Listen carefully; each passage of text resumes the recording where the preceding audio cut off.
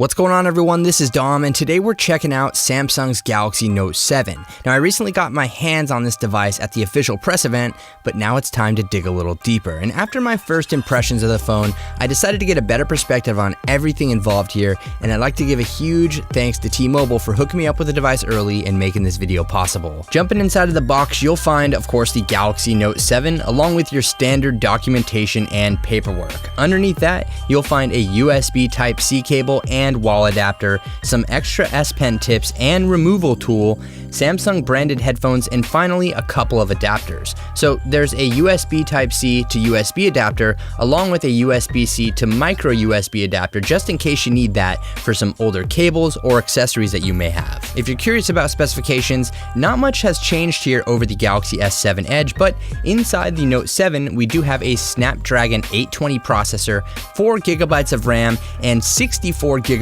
of internal storage with micro SD card expansion up to 256 GB. This year, Samsung didn't change much about the design. Everything here closely resembles a mix between the Galaxy S7 Edge and the Galaxy Note 5.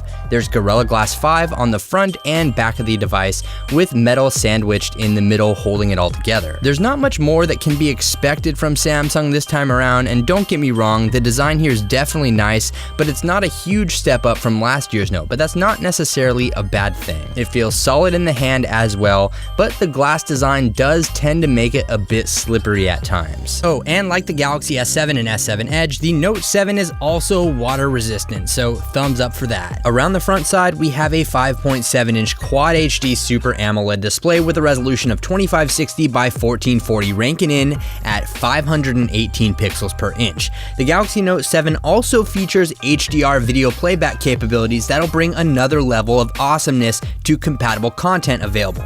Now, when compared to last year's model, there's not a whole lot new here with the display, but the design of the Note adds a curve to the side edges for some additional functionality, and it all looks pretty clean. Basically, Samsung has taken the S7 Edge screen features and put them into the Note 7. So you'll find stuff like Tasks Edge, Apps Edge, and People Edge, all of which can provide quick shortcuts to apps and people that you need the most. The Edge screen is also completely customizable within the settings as well for additional panels and options if you choose to use them. Also integrated into the design this year is an iris scanner. So this is another authentication method available aside from the fingerprint sensor to use to unlock your device. The iris scanner works pretty well in my experience, but I still haven't found it to be faster than using the fingerprint scanner. I mean, you still need to turn on the screen and swipe up to unlock to initialize the scanning process. Though one advantage that both the iris scanner and fingerprint sensor offer is the ability to quickly sign into websites using Samsung's browser and verify your Samsung account. When it comes to software, most of the experience can be summarized in what you'll use with the Note 7's S Pen and the various features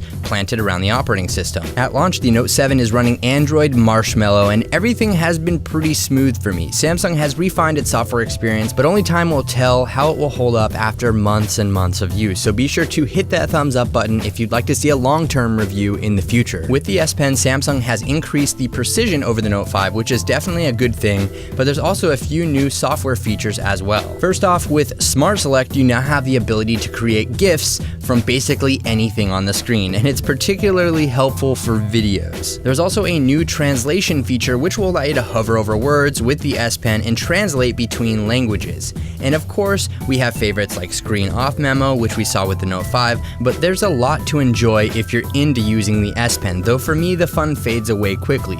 But to each their own. I mean, the S Pen requires a very specific kind of person, and there are a ton of software features that go along with that. Around the backside, we have a 12 megapixel camera sensor capable of 4K video recording that's actually identical to the one found in the Galaxy S7 and S7 Edge. And I said it before, but this is the best camera on a smartphone, hands down. The pictures are simply awesome. This camera can easily stand up against any others on the market, but if you'd like to check out a full resolution gallery for yourself, I will be sure to link one below in the video description, though like I said, this camera is awesome. Oh, and if you're a selfie enthusiast, the Galaxy Note 7 also packs a 5 megapixel front shooter with a wider angle to capture everything in the frame. As for battery life, here's what you need to know about the 3500 mAh block inside of this thing.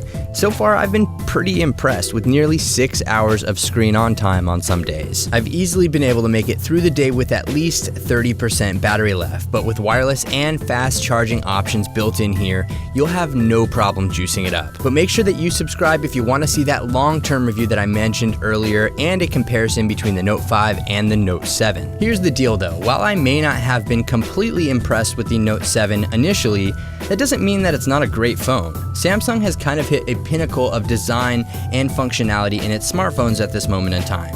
They're all kind of on the same level, and while that's not a bad thing, it's just not as exciting as it used to be. But the Note 7 is definitely a great phone for anybody that's looking to jump to Android or looking to jump up to the latest in Samsung smartphones. This is the best that Samsung has to offer. But if you'd like to check out the Note 7 for yourself, I will be sure to leave a link below for you. And let me know your thoughts in the comments section below. And if you want to check out my initial hands-on review of the Galaxy Note 7, I will be sure to leave that link in the video description as well.